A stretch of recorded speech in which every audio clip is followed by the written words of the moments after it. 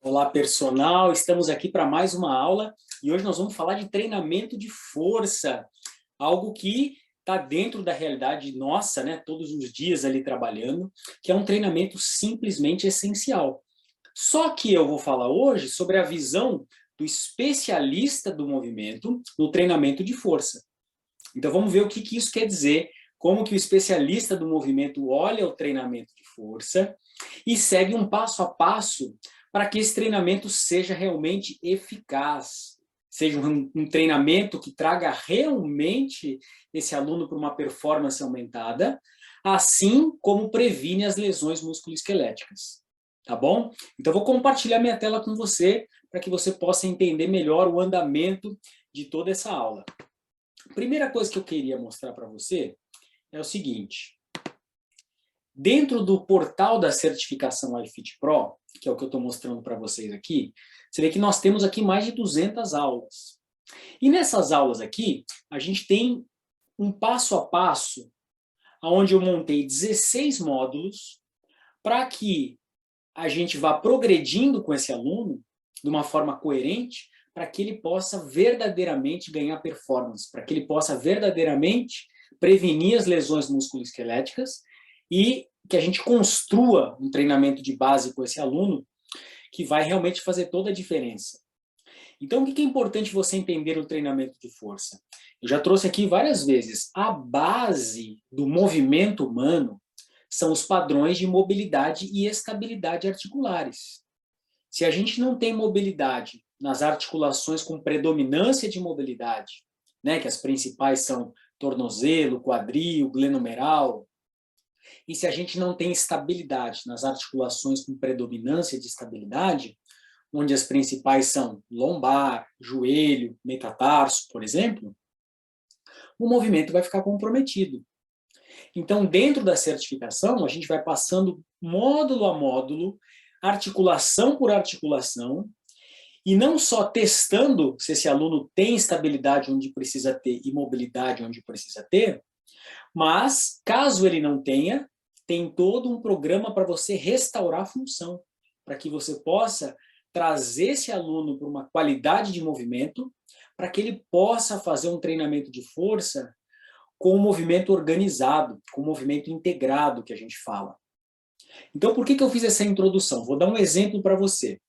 Por exemplo, aqui a gente tem dois módulos de ombro. O módulo 11 é o módulo de ombro e o módulo 12 também. Dentro aqui do módulo 11, por exemplo, eu tenho um teste específico para o grande dorsal. Então, vamos dar uma olhadinha aqui nesse teste. Esse teste do grande dorsal, ele mostra o quão funcional está esse grande dorsal em termos de flexibilidade. Então, eu estou mostrando ali para a Monique esse teste, estou aplicando esse teste nela, que tem um protocolo, né, para a gente seguir e para ver que amplitude que esse aluno consegue chegar com esse braço, mantendo ali a ancoragem da lombar. Por isso que eu estou ali com a minha mão na lombar dela, para ver se ela não entra em hiperlordose, se ela não perde a retroversão pélvica, para eu poder testar como está o encurtamento desse grande dorsal. E aí, sabendo como está esse teste, como que ela está performando, eu posso, caso ela esteja disfuncional, eu posso entrar com um programa para restaurar a função. Entro com a liberação miofacial, entro com um treino específico de flexibilidade, de mobilidade da glenomeral. E por que isso é muito importante? Porque, por exemplo, quando a gente chega aqui no módulo 16, que é o treinamento de força integrado, quando a gente chega aqui, por exemplo, eu tenho um exercício como o desenvolvimento, que eu tenho aqui. Ó. Então, no desenvolvimento com halter, ou no desenvolvimento com a barra, que é o que vocês estão vendo aqui, que eu estou montando, estou dando essa aula junto com o Thiago, por exemplo, eu cheguei com o meu braço lá em cima. Para que eu tenha essa liberdade de movimento, para que eu chegue com o braço aí, num bom alinhamento, sem compensar com a minha coluna lombar, sem entrar em hiperextensão, sem deslocar o quadril para frente, mantendo o centro de gravidade, mantendo uma boa estabilidade, não só lombar como escapular, eu preciso conquistar isso muitas vezes. Então, se a gente não checa isso, não testa isso no nosso aluno primeiro, e restaura a função, o movimento vai ficar comprometido. Quando eu for lá para um desenvolvimento com halteres, eu não vou ter amplitude de movimento para fazer isso, porque meu aluno não chega. Ele não tem essa flexão da glenohumeral funcional, por conta de um encurtamento, por exemplo. Tudo bem? Então, dito isso, eu vou agora compartilhar alguns slides que eu montei para a gente dar prosseguimento à aula de hoje, tá bom?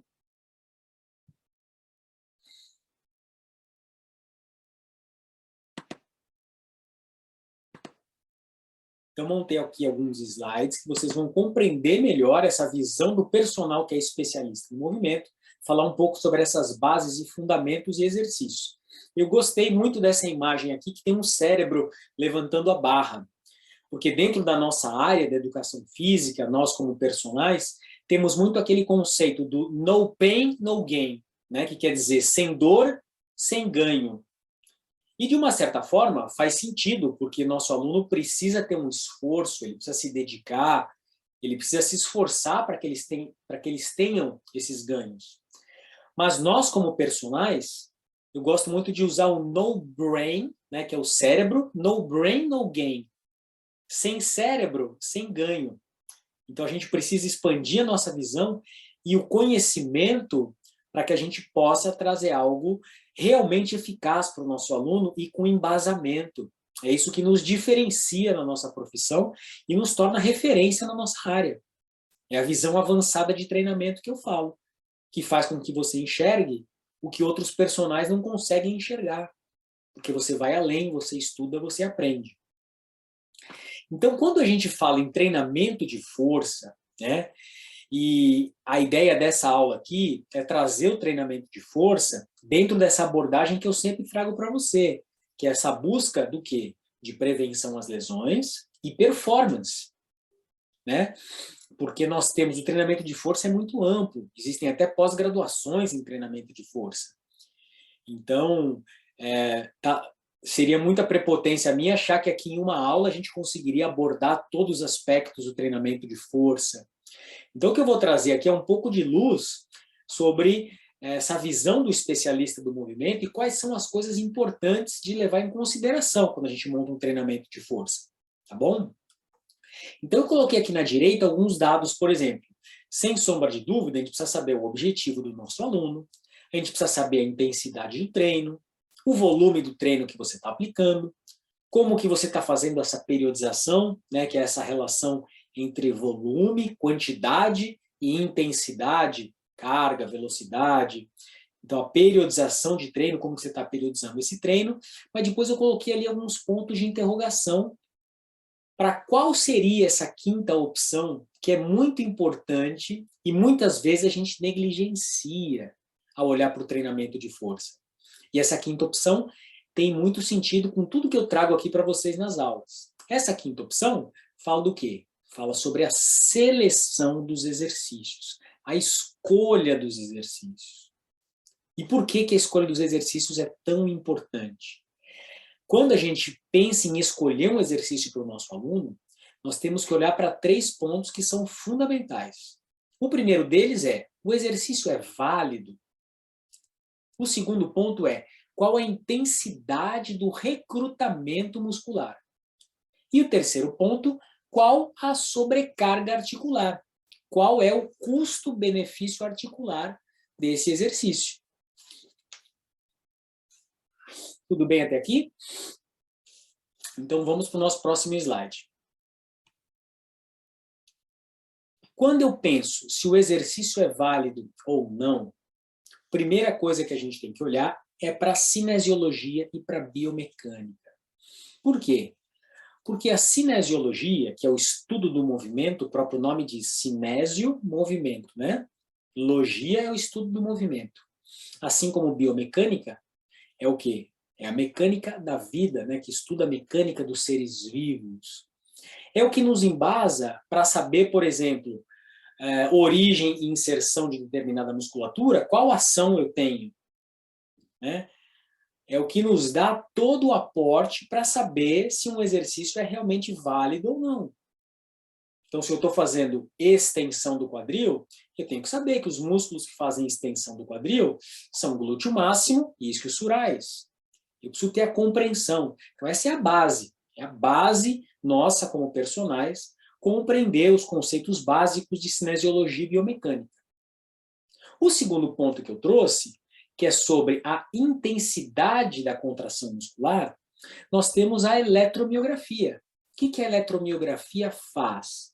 É o estudo da atividade elétrica gerada no músculo durante a contração.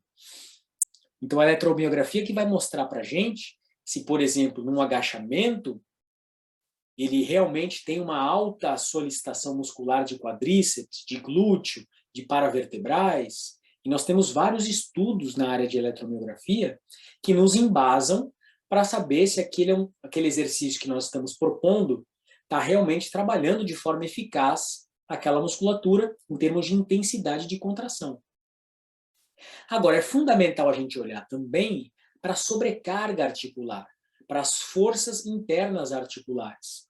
Então, aqui, por exemplo, tem um gráfico que mostra qual a solicitação muscular durante a passada, mas na parte de cima mostra qual que é a carga, qual a sobrecarga sobre o quadril em cada passada.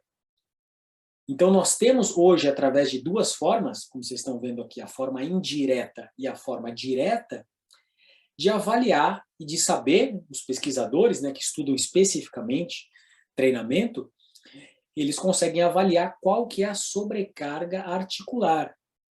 Tanto de uma forma direta, que é através de transdutores de tensão, então são sensores colocados dentro da própria articulação, que vão mostrar para a gente o quanto de sobrecarga tem ali, o quanto de compressão tem ali, como também temos a dinâmica inversa, que são cálculos que podem também estimar essa sobrecarga intraarticular.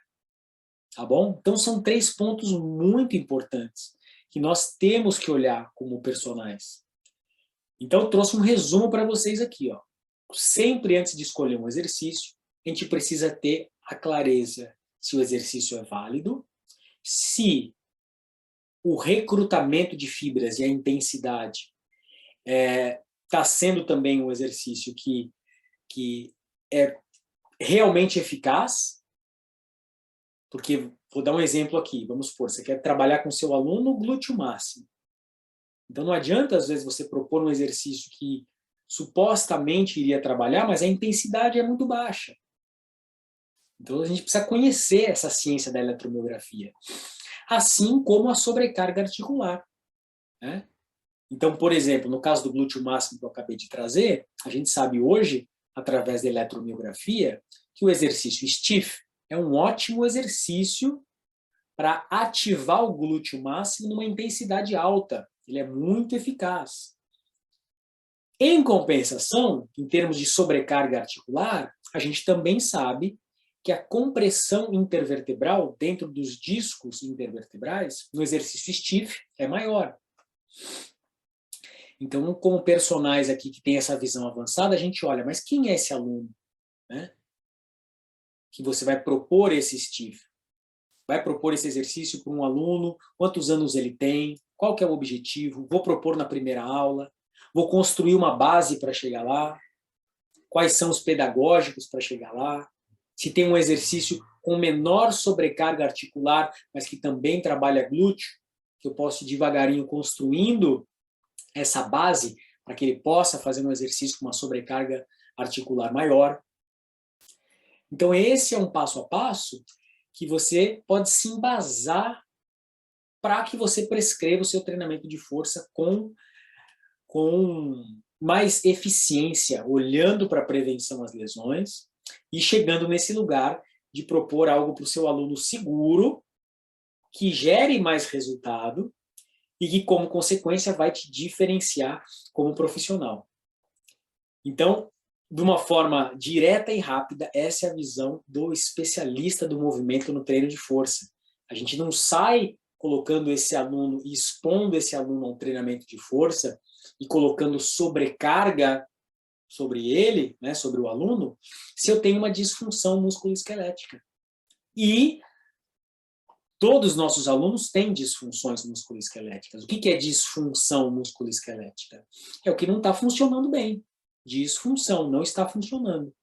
Então, por exemplo, no exemplo que eu dei do grande dorsal, se esse grande dorsal está encurtado, é uma disfunção. Se eu colocar ele para fazer um desenvolvimento, o que vai acontecer? A chance de eu gerar uma lesão é muito maior do que se eu entrar com um programa de restaurar a função, para aí sim poder aplicar a força.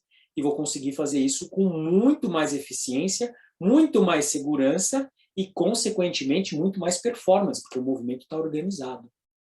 Tá bom?